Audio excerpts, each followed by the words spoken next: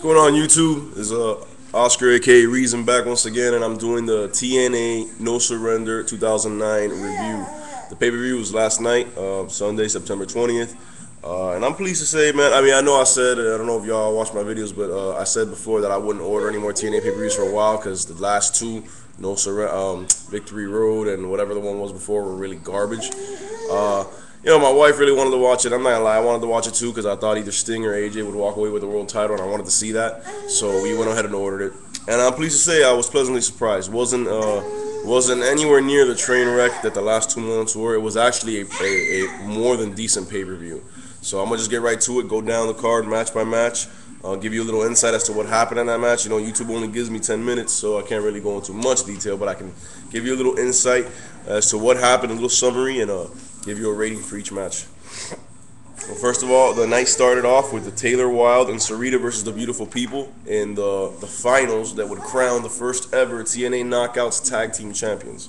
So you get a nice look at the belts before the match. The referee's holding them up. Some nice title belts, man. And I'm really proud of TNA for this because it's a first in the wrestling business as far as I've seen. I haven't seen it in the WWE or in WCW or in ECW or any other federation that I've watched before this, or even some of the independents. I've never seen, tag team titles for the women's division. So this is a first, and I applaud TNA for it. Plus, I've been on record before saying TNA has the best women's division, bar none, in the industry. So that's a good thing. Well, the match itself, if you hear some screaming in the background, that's my little boy running around. The match itself was decent. I'm not a big Taylor Wilde fan. I don't think she could wrestle. Sarita is amazing. Sarita is amazing. That's probably one of the best, if not the best, women wrestlers they have right now. The Beautiful People were really Velvet Sky and Madison Rayne, because if you know anything about TNA, what's going on in the last couple of weeks, Angelina Love has been released due to her working with a expired work visa. She's a Canadian, she's not an American, so with an expired work visa, she's not supposed to be working. She's supposed to get that resolved. Never did, so the company had to let her go. She was a good wrestler, she was decent, so she'll be missed, But now the Beautiful People are Velvet Sky and Madison Rayne. So, there was no real continuity here because Velvet Sky and Madison Rayne hadn't really done any real wrestling together, so it didn't really fall that well. Sarita and Taylor Wilde had some good double team moves, The end came where Taylor Wilde used that German suplex bridge pin that she uses. But they used it as a double team maneuver where she had I think it was Madison Rayne from behind holding her like that, and Sarita did a springboard off the ropes and was supposed to drop kick Madison Rayne and into the bridge suplex. The reason this didn't work is because she completely overshot both of them, and they tried to change the camera to hide it, but blind people saw that. She kicked right over Taylor Wilde and Madison Rayne's head and got nothing but air. So then she just did the bridge suplex and won your first ever and new TNA Knockout Tag Team Champions, Taylor Wilde and Sarita. So the match, if you're talking about a star rating system, 5 stars, I'm gonna give it 2.5 stars. 2.5 stars. It wasn't that bad, but it wasn't that great either.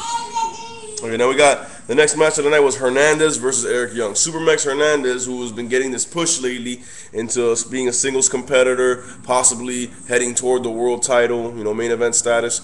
We got him versus Eric Young, the leader of World Elite, who's been trying to recruit Supermax for last at least a month or so. Eric Young said it on Impact. Even though the last 2 weeks Eric Young and Homicide have let some vicious beatdowns on Hernandez, Eric Young said it last week. He wasn't gonna fight his brother, and he wasn't going to raise his hand against Hernandez, and sure enough he didn't. He came out in his suit. Supermax came out, and no lie, within a minute and 30 seconds. I didn't time it specifically, but I'm just estimating. Within a minute and 30 seconds, Supermax beat the tar out of him, gave him the border toss, 1, 2, 3. That match was over. So I'm not really going to rate that match because it sets up something later on in the night. So that's not really a match. That was just a setup. So I'm not going to rate that one. It was entertaining though, I like Eric Young, I like what they're doing with him, but to see him get tossed all up and down the ring like that was pretty funny. Next we have the X Division title match between Samoa Joe and Christopher Daniels. I was so looking forward to this match. Even though anybody who knows me knows I don't like Samoa Joe. I don't think the dude is even decent. I don't think he belongs in TNA. That's just my opinion. But I was looking forward to this match because I had heard so many stories about and seen so many videos about the unbreakable match between him and AJ and Christopher Daniels and all this feud, this legendary feud for the X Division title. The match was very good, I'm not gonna lie. But it was very good because of Christopher Daniels. Christopher Daniels was on his game. Christopher Daniels was fast. Christopher Daniels was precise. His moves were on point. Samoa Joe just looked yo, out of shape, tired, slow, not on his game.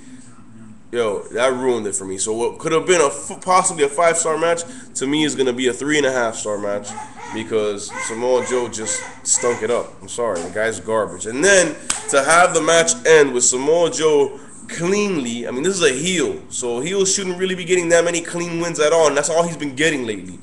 He freaking gets Christopher Daniels, nice little sequence of reversals as they're going for the finishing move, and he gets Christopher Daniels in the Katina clutch, and oh my god, big surprise, Christopher Daniels taps out. I think TNA is really shooting themselves in the foot, giving Samoa Joe the amount of momentum and steam that he has. The guy is garbage, okay? He is garbage. Christopher Daniels, that's an athlete. That's a wrestler. AJ Styles, that's an athlete. That's a wrestler. So many of the young guys that you have there, and even some of the veterans, deserve way more time and way more push or way more attention than Samoa Joe. Samoa Joe is garbage. So that really ruined the match for me. Then we got Suicide versus the Pope, D'Angelo Dinero, in a false count anywhere match. This match was very good. They went everywhere in this match, man. They used everything backstage. D'Angelo Dinero even tried to drive a golf cart over Suicide. The match was very well done, very well paced. I didn't see any really bad in it, except when Suicide pulled down D'Angelo Dinero's drawers and you saw his butt for, I don't know, like 5 straight minutes, just in plain sight. Just butt out right there. No, yeah, that wasn't cool. Other than that, I think the match was really good. The winner of the match was D'Angelo Dinero, which I'm glad because I think Suicide needs to, he needs to get a couple losses. He needs, D'Angelo Dinero's new. He needs a push. I think he's a great athlete. He's a good wrestler. I like his charisma. I like his microphone skills, his moveset. And I just think Suicide was getting a little boring, so I'm glad that they had him lose. And he lost because he went to the top of the scaffolding above the entrance ramp and tried to do a leg drop onto Dinero, who was on a table. And Dinero moved, and he went right through the table and just landed on the base of his spine, right on the metal ramp, and it was over. And then Dinero got the pin, 1, 2, 3. Really good match. That was one of the best matches of the night.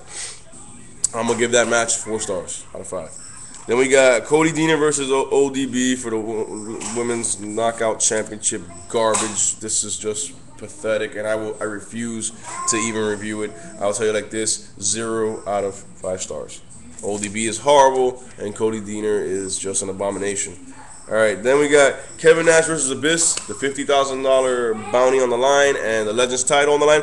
This was also a very good match. 2 big men. I don't care what people say about Nash. Oh, he's old, he's slow. Nash is the man. Nash is that old and in that great shape and can still move with 2 bum knees. Got the microphone skills, got the charisma, got the whole demeanor, and he's a beast, bro. Get out of here, bro. Kevin Nash is great. Kevin Nash and Abyss, amazing match. They beat the crap out of each other left and right. The high point of the match came when Stevie Richards is sitting there the whole time watching the match going on, waiting for Nash to beat him, and Abyss gets a 2 count, very close 2 count, and then Mick Foley's commentating. He guest commentating. He brought out the barbed wire bat.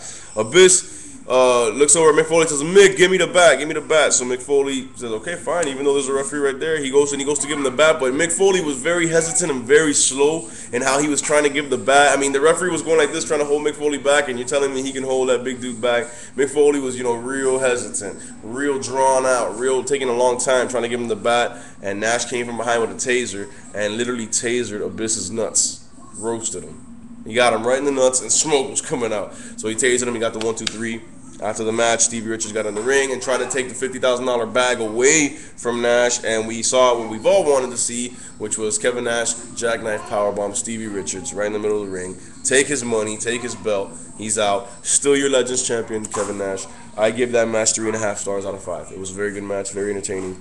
They both did some good work, and as far as the way that Mick Foley took so long to give Abyss the bat, I think that was because Abyss cost Mick Foley his Legends title rematch against Nash the week before on Impact, and I really hope that this sets up a feud between Mick Foley and Abyss in the next coming weeks. Maybe even Mick Foley, Abyss, and Kevin Nash. A 3-way. I've heard that idea thrown around. It's a good idea. Either way, Abyss and Mick Foley in a feud would be great. Abyss is in a lot of ways the new Mick Foley, so it'll be good. Either way, I give that match, like I said, 3.5 stars out of 5. This is the end of the video so far because I don't have enough time. I'm gonna make a part 2, going through the rest of the matches. We got about 3 or 4 more matches, and so I'll see y'all soon. God bless.